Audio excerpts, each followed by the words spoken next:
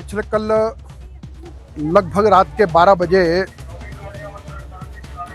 यहाँ पलचान गांव में बहुत अधिक पानी आने के कारण से नुकसान हुआ है। और जहाँ पर सरकारी नुकसान हुआ है और वहीं पर यह है कि जो यहाँ के स्थानीय लोग हैं इनका बहुत अधिक नुकसान हुआ है। और जिस जगह पर हम खड़े हैं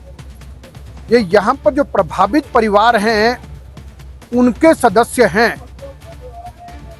और यहाँ पर इनके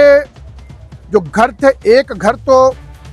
पूरी तरह से बह चुका है जिसका नामो निशान भी नहीं है, और जो उसके साथ जो 2 घर और हैं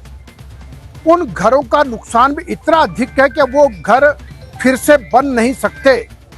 और उस क्षेत्र में नदी चल रही है।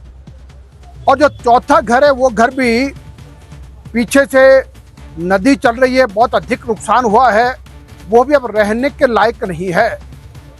और मैं भी गांव के बीच से होकर के आया तो मैंने देखा कि पानी गांव के बीच में भी लोगों के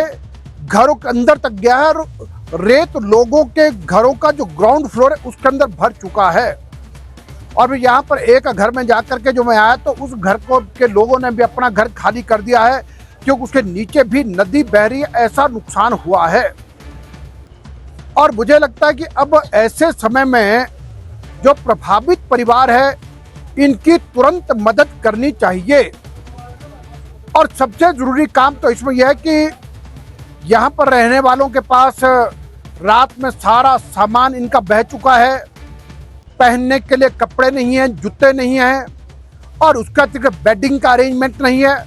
और इसीलिए हमने कहा है कि इसके पश्चात तुरंत यह है कि इन सब चीज़ों का अरेंजमेंट करके मार्केट से सारा सामान खरीद करके इनको उपलब्ध करवाया जाए। और छोटे बच्चे हैं जिनकी स्कूल की वर्दी बह गई, बैग बह गए, किताबें बह गई, उन सब की भी व्यवस्था तुरंत की जाए।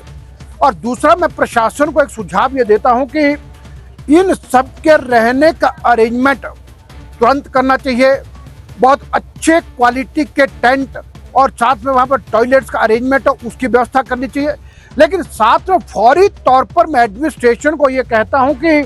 जो सोलंग नाला का जो सीनियर सेकेंडरी स्कूल है वो बहुत बढ़िया और सुंदर बिल्डिंग है और अभी 15 अगस्त तक स्कूल में छुट्टियां हैं और तब तक वहां पर इन परिवारों को 3 कमरे रहने के लिए देने चाहिए और वहां पर किचन की व्यवस्था भी है और साथ में वहां पर टॉयलेट्स का अरेंजमेंट भी है। तो तब तक वो रहें जब तक कि टेंट इत्यादि नहीं बन पाते, ताकि तुरंत इनको रहने के लिए जगह मिले। क्योंकि बरसात के दिन हैं, बच्चे, महिलाएं, बुजुर्ग हैं, तो सबको कठिनाई है कि तुरंत उसकी व्यवस्था करनी चाहिए। और उसके पश्चात है कि तुरंत एडमिनिस्ट्रेशन को यह चाहिए कि तुरंत इन सब के लिए बर्तन इत्यादि की व्यवस्था करके, राशन का प्रबंध करके ये सारी चीज़ें करें। और उसके बाद ये कि देखिए बड़ी बात तो यह है कि यहाँ पर जो मुझे जानकारी मिली है कि यहाँ पर जहाँ इनके घर बने थे और इनके अतिरिक्त इनके पास दूसरी जगह नहीं है।